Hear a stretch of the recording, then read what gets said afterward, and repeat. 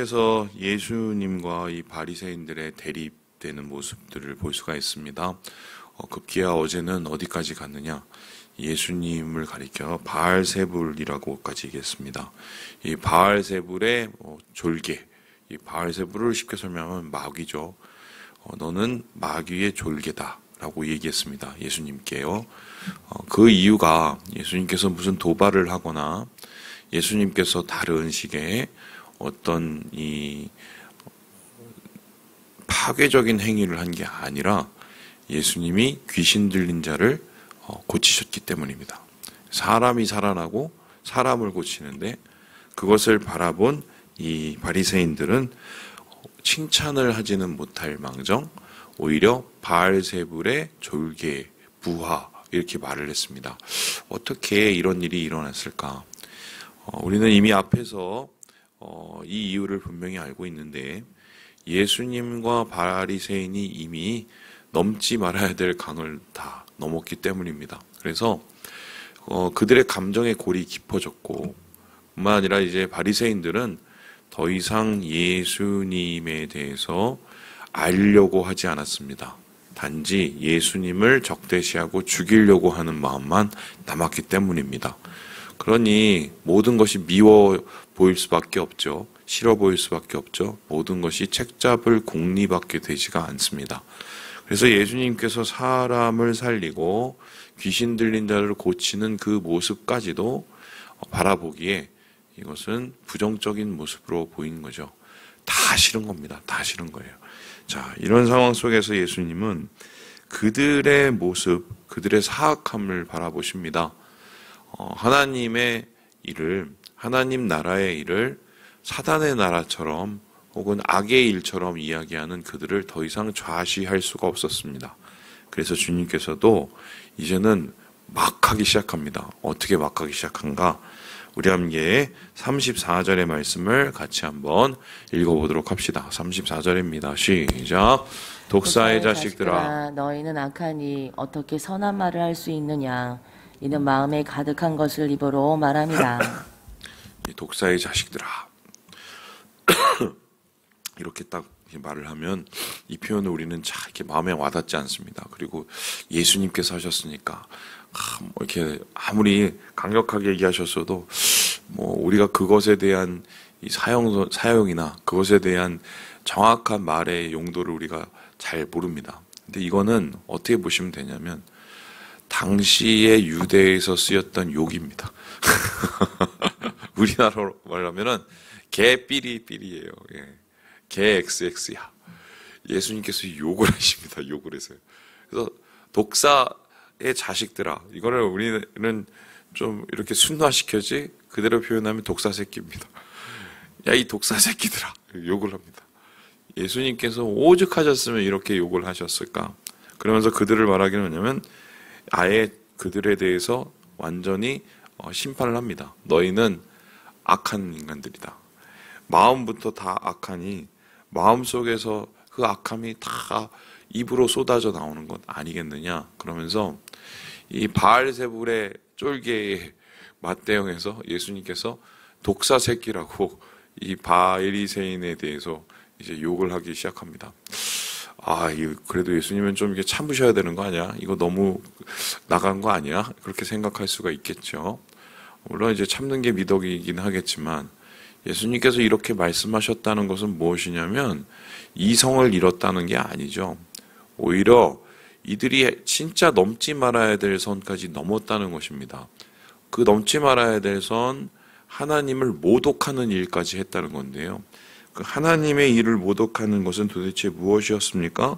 여기에 대해서 예수님께서는 이렇게 이야기를 하고 계시는데요. 우리 함께 31절의 말씀을 같이 한번 읽어보도록 하겠습니다. 시작. 그러므로 내가 너희에게 이르노니 사람에 대한 모든 죄와 모독은 사하심을 얻되 성령을 모독하는 것은 사하심을 얻지 못하겠고. 성령 모독죄. 그러니까 사람을 모독하는 것을 넘어서 하나님의 영이신 성령을 모독하는 죄를 저질렀다는 겁니다. 성령 모독죄가 뭡니까? 하나님의 영을 모독하는 게 뭡니까? 오늘 지금 바리새인들이 하나님의 영을 모독했습니까? 하나님을 모독했습니까? 전혀 그런 게 나와 있지는 않습니다. 마치 예수님에 대한 얘기를, 예수님이 귀신 쫓는 것에 대한 얘기를 한마디로 비꼬아서 얘기했을 뿐이지, 그것을 직접적으로 하나님에 대한 얘기로 꺼내서 하나님의 이름을 혹은 성령의 이름을 모독하지는 않았단 말이에요. 그럼에도 불구하고 예수님께서 그들을 성령을 모독했다라고 말하는 이유가 무엇입니까? 여기에 대해서 주님이 말씀하시기를 이렇게 얘기를 합니다. 32절에 보니까요. 인자를 거역하면 사하심을 얻되 누구든지 말로 성령을 거역하면, 성령 모독죄는 성령을 어떻게 하는 거라고요? 거역하는 행위다라고 얘기합니다. 그러면은 사하심을 받지를 못한다라고 합니다. 그러니까 이 성령을 모독한다는 의미는 좀 더 확장을 해서 성령이 하시는 일을 회방하는 것을 뜻합니다. 그래서 예전에 이거를 성령 회방죄라고 하죠. 자, 그러면 성령 회방죄라는 것은 도대체 무엇일까요? 그러면 이렇게 생각하면 됩니다. 성령은 하나님의 영이시니 하나님이 하시는 일을 막는 게 성령 회방죄입니다. 그 성령의 거역하는, 하나님의 일을 거역하는 반대되는 일을 하는 게, 그게 바로 성령을 곧 모독하는 행위하고 똑같다는 것입니다. 그렇다면 이 바리새인들은 어떻게 성령에 반대하고 거역하는 행위를 했을까요? 지금 주님의 사역은 세 가지의 사역이었습니다. 가르치고 전파하고 어떻게요? 치유하는 사역이에요.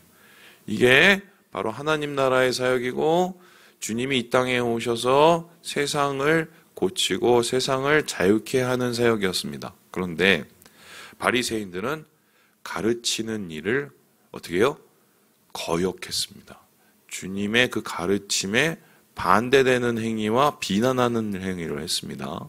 뿐만 아니라 어떻게 하죠? 두 번째는요, 전파하는 일을 또 방해했습니다. 하나님의 나라를 전파하고 천국을 전파하는 그 자리에 그 사람들은 예수님의 말을 책잡아서 죽일 생각만 하게 만들었습니다. 세 번째로 가장 중요한 거죠. 사람 고치고 살리는 일에 도와주기는 망정, 그렇지 않고 어떻게 합니까? 오히려 그것을 비난하고 방해하고 있습니다. 목사님, 그렇다면은 세상의 모든 사람들이 성령 모독죄일 수 있지 않습니까? 라고 이야기를 할 수 있습니다. 예를 들어서 제가 이렇게 얘기하면은 어떻게 생각하실지 모르겠지만, 지난 정부를 한번 생각을 해봅시다. 제가 다른 것은 정치적인 얘기라 내가 할 수는 없는데, 참 가슴 아팠던 게, 전 개인적으로 예배 드리는데 저 뒤에 카페에 앉아서 사람 숫자 셌단 말이에요. 그때 물론 이제 공중 보건을 위해서 그쵸, 그 코로나를 확산을 방지하기 위해서 그렇다고는 하지만, 첫날 거기에 와서 매의 눈을 이렇게 뜨면서 예배 드리는 그 사람을 이렇게 지켜보고, 그리고 교회 오는 사람들을 불편하게 하고 그랬어요. 그죠? 기억하시나요? 그렇게 오는 공무원도 참 제가 볼 땐 힘들었겠다 생각이 들고, 그 모습을 보면서 제가 정말 속불이 나서요. 이거는 진짜 아니라는 생각이 그때 진짜 많이 했어요. 근데 제가 참았어요. 교회니까 이거를 견뎌내야 된다고 참았는데, 그러면 그게 성령의 일을 모독하고 해방하는 일이었습니까? 그 사람들이 와서 예배 드리는 거 이렇게 노려보고 그러면은 그게 성령을 해방하고 모독하는 일이었습니까? 그 사람들도 일이니까 와서 한 거예요. 그죠? 그것도 그냥 일이 아니라 주일날 쉬어야 되는데 번외로 이제 나와서 이게 다 도장 찍고 가야 되니까 어쩔 수 없이 나와서, 어쩔 수 없이 한 일입니다. 그죠? 그런데 여기서 말하는 성령 회방죄, 성령 모독죄라는 것은 중요한 포인트가 하나 있습니다. 뭐냐면 이게 고의적이냐 아니면 의도치 않은 우연적이냐 하는 겁니다. 내가 모르고서 그렇게 할 수가 있습니다. 이게 하나님을 모르고 그리고 예수님을 잘 모르고 그리고 내 생각에 그냥 가득 있어서 모르고 그렇게 하는 건 무지한 건 그런 알면은 고칩니다. 그렇죠? 그런데 알면서도 그렇게 하는 거 이거는 도대체 고칠 수도 없고 되돌릴 수도 없다. 왜냐하면 그의 마음속에 이미 악한 것이 가득 찼기 때문에 그런 겁니다. 아무리 자기가 화가 나고 아무리 자기 떡을 뺏겨서 자기가 마음이 상하더라도 하나님의 일과 하나님의 일이 아닌 것, 쉽게 설명하면 사람 살리는 일과 사람을 죽이는 일은 구별해야 될 줄 압니다. 그게 지각이 제대로 있는 사람입니다. 예수님이 아무리 마음이 안 들어도 사람을 고치고 살리는 것은 그것은 하나님 아버지께서 원하시는 일입니다. 그것을 뻔히 잘 알고 심지어는 예수님의 가르침이 그들이 완전히 100% 받아들일 수는 없겠지만 성경에 대한 온전한 가르침이라는 것을 조금이라도 알고 있었다면 그들이 거기에 대해서 반대한다는 것은 예수님 자신을 반대하는 게 아니라 하나님을 반대하는 것과 마찬가지라는 거죠. 그래서요, 우리가 이 고의적인 태도로 무엇인가를 행하기 시작하면 항상 고민해야 됩니다. 왜냐하면은 그때부터는 정말 되돌릴 수가 없어요. 되돌릴 수가 없어요. 제가 교회를 이제 사역을 하면서 이런 분들 몇 분 만났습니다. 분명히 본인도 알아요. 지금 자기가 하는 행동이 어떤 의미이며 교회를 해치고 심지어 하나님의 일에 반대되는 행동을 하고 있다는 것을 본인이 분명히 압니다. 지각이 있거든요. 그런데 그런 행동에 찔림을 받으면서도 그것을 되돌리지 않습니다. 제가 도대체 이해가 안 돼서 설득도 해보고 이야기도 해보고 그런데 나중에 알게 된 게 뭐냐면 이분은 믿음이 없었어요. 없었어요. 왜 믿음이 없었냐? 하나님 나라의 일보다 자기의 일, 자기의 이익, 자기가 가져야 될 분량이 더 중요했기 때문이에요. 예전에 이제 제가 이제 청년 사역을 할 때, 그때는 제가 조금 진짜 셌죠. 그래서 제가 그때 그 별명이 뭐였냐면 돌직구 목사였습니다. 돌직구 목사. 설교도 안 가리고 했어요. 그냥 말씀 그대로 나오는 그대로 그냥 눈치 안 보고 했습니다. 그리고 청년들을 사역할 때도 거침없이 사역을 했어요. 그래서 청년들이 이제 저보고 별명을 지어준 게 우리 목사님은 돌직구 목사님이라고 그렇게 지어줬어요. 근데 제가 그때 이제 한 청년부에 딱 들어갔더니 그 당시 청년부가 어떤 모습이었냐면 4분 5열되어 있었어요. 그 청년이 꽤 많이 교회를 다니는 걸로 알고 있는데 집회를 해보니까 40명도 채 안 모이는 거예요. 그래서 이제 처음으로 예배를 드리고 기도를 하고 도대체 이게 무엇이 잘못되었을까 이제 고민을 하고 있는데 이 분열의 문제를 해결을 안 하면 이 청년부는 앞으로 살 길이 묘연하다는 것을 제가 좀 마음에 왔습니다. 그래서 분열의 그 핵심이 뭔지를 살펴봤더니 맨 처음에는 이랬던 거예요. 사람들끼리 자기가 마음 맞는 사람끼리 이렇게 저렇게 막 이렇게 몰려 있는 겁니다. 근데 그게 나중에 이게 완전히 이제 그룹이 되고 벽이 돼 갖고 새로운 사람들은 어디에도 낄 수가 없는 거예요. 이렇게 이제 이런 블락이 있어서 내가 이거를 깨고 시작을 해야겠다. 그래서 그 블락의 그 그룹의 이제 수장들을 만나서 설득을 했습니다. 교회가 너희가 정말 교회가 잘 되기를 원하고 우리 공동체가 하려면 이건 네가 오픈을 하고 받아들이고 그리고 새 가족들에 대해서 마음을 열릴 준비가 돼 있어야 돼. 그러면서 설득을 했는데 그 중에 이제 많은 친구들은 이제 받아들이고 함께 이제 뭔가를 만들어 갔어요. 이제 물론 이제 거기선 삐걱 되긴 했지만 그래도 이제 방향성에 있어서는 어려운 일이 없었어요. 그런데 유독 한 친구가 놓지를 못하는 겁니다. 놓지를 못하는 거예요. 근데 이 친구가 이미 청년부에 있어야 될 나이를 훌쩍 넘은 친구예요. 근데 뭐 나이로 이렇게 구박하는 거는 그건 아니죠. 그건 아니라서 이 친구가 왜 이곳을 떠나지를 못했는지를 제가 나중에 살펴봤더니 일종의 이게 피터팬 증후군이더라고요. 이게 뭐냐면 나이는 먹었는데 아직도 애이고 싶은 거예요. 예. 어른이 되기 싫은 거예요. 뭐 그 이유는 있었어요. 그래서 그러니까 자기하고 마음 맞거나 자기하고 뭐 어느 정도 같이 놀 수 있는 애들을 이렇게 모아다가 거기 이제 왕으로 사는 겁니다. 그래서 제가 그 친구한테 설득을 하다가 어느 순간 제가 이제 도전을 했어요. 너 그러는 거 공동체에도 도움이 안 되고 네가 함께하고 있는 아이들한테도 도움이 안 되고 제일 중요한 건 너한테 도움이 안 된다고.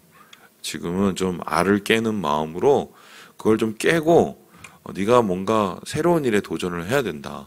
그래서 네가 마음이 있으면 뭐든 좀 해봐라. 그럼 내가 진짜 성심성의껏 도와줄게. 내가 사제를 털어서라도 널 도와줄게. 이렇게 얘기를 했어요. 그러면서 이제 이 친구가 뭔가 새로운 일을 하고 뭔가 새로운 것에 도전할 수 있는 길을 제가 하나씩 이렇게 열어줬습니다. 안 갔어요. 그리고 오히려 그럴수록 자기가 붙잡고 있는 그 애들한테 더 이제 그게 이제 나중에는 청년부 전체 그룹하고 완전히 찢어지는. 제가 어느 날 불렀습니다. 이제는 더 이상은 봐줄 수가 없다. 목사인데 제가 어떻게 했냐면 이렇게 할 거면 청년부 예배 오지 말라고 제가 얘기를 했어요. 제가 청년 쫓아낸 목사예요. 그래서 제가 왜 그렇게 얘기를 했냐. 이거는 너가 생각하는 교회는 그건 교회가 아니라고. 진짜 교회는 그러면 안 된다고. 그거는 그냥 교제하기 위한 이 사교 모임이지. 그건 그 주님이 원하시는 예배도 아니고 주님이 원하시는 공동체도 아니라고. 제가 아예 이렇게 할 거면 대놓고 하지 말라고 그랬어요. 그리고 기한을 줄 테니까 이때까지 네가 해결을 안 하고 오면은 그 공동체는 내가 아예 와해시킬 거라고 아예 그냥 대놓고 얘기를 했습니다. 기도를 얼마나 했겠어요. 결과적으로 그 친구가 버티다가 결론적으로는 청년부 예배를 나갔습니다. 제가 마음이 되게 아팠어요. 그 친구는 아마 못 믿을 거예요. 그러면서 이제 제가 그 친구를 위해서 기도하는 것을 이렇게 포기하지 않았습니다. 결국 이제 어떻게 됐냐면 청년부는 아주 부흥했어요.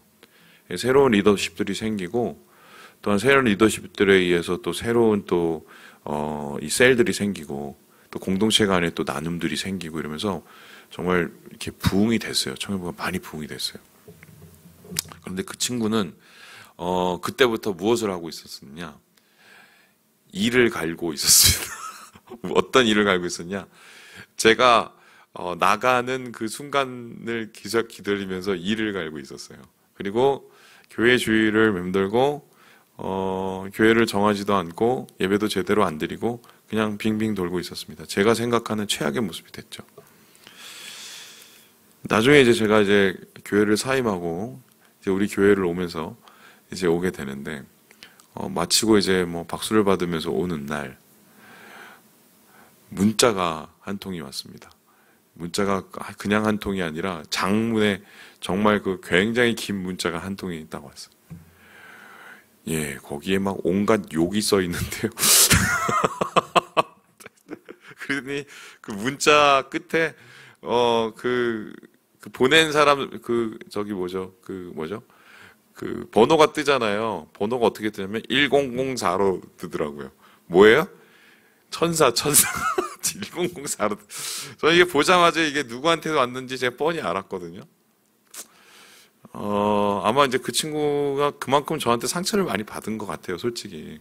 근데 저는 목회자의 양심으로 내비두면 이 친구한테도 안 좋은 걸 내가 뻔히 알기 때문에, 그리고 교회에 자꾸 반하고 어떻게 보면 하나님의 일에 자꾸 반하는 행동을 이 친구가 하는 걸 내버려 둘 수 없기 때문에 이렇게 제지를 시킨 거거든요.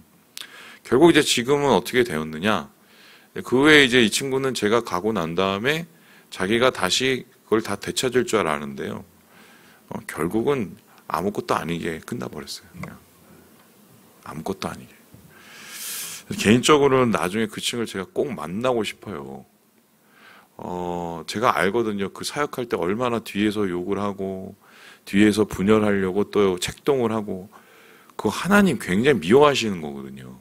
심지어 자기가 하는 행동이, 하나님의 일에 얼마나 반대하는지도 분명히 알고 있었을 거예요. 그런데 그 자존심 때문에 또 자기가 생각하는 이익 때문에 자기가 생각하는 판단 때문에 그걸 놓지 못한 거죠. 바로 바리새인들이 그 모양이었던 거예요. 사람 살리는 일에, 공동체 살리는 일에 도와주지는 않고 그거를 오히려 와해시키고 예수님에 반하는 행동을 하려고 했던 것은 자기께 건드려졌기 때문입니다. 자기께. 그래서 저는 오늘 말씀을 통해서 이런 얘기를 하고 싶은데요. 우리 함께 33절 읽고 마무리해 보도록 하겠습니다. 33절입니다. 시작. 나무도 좋고 열매도 좋다 하든지 나무도 좋지 않고 열매도 좋지 않다 하든지 하라. 그 열매로 나무를 아느니라. 나무가 좋은지 나쁜지는 모양을 보고 하는 게 아니라 뭘 보고 한다고요? 열매 보고 합니다. 바리새인의 열매는 사람들을 피죽이고 사람들을 정죄하고 비판하는 거였지만 예수님의 열매는 자기를 희생해서 사람 살리는 거였습니다. 항상 중요하세요. 여러분, 분별은요, 열매를 보면 알아요. 열매를. 그 사람의 열매가 도대체 무엇인지를 하나님이 원하시는 열매인지 아니면 사람을 만족시켜주는 열매인지를 보면 결국 그 사람의 정체가 보입니다. 오늘 이 바리새인을 향한 이 예수님의 분노를 다시 한번 새겨보시면서 최소한 우리의 모습, 나의 모습이 그렇게 되지 않도록 오히려 나를 통해서 하나님의 귀한 열매들이 나타나도록 힘쓰시는 오늘 좋은 하루가 되시길 주님의 이름으로 축원합니다.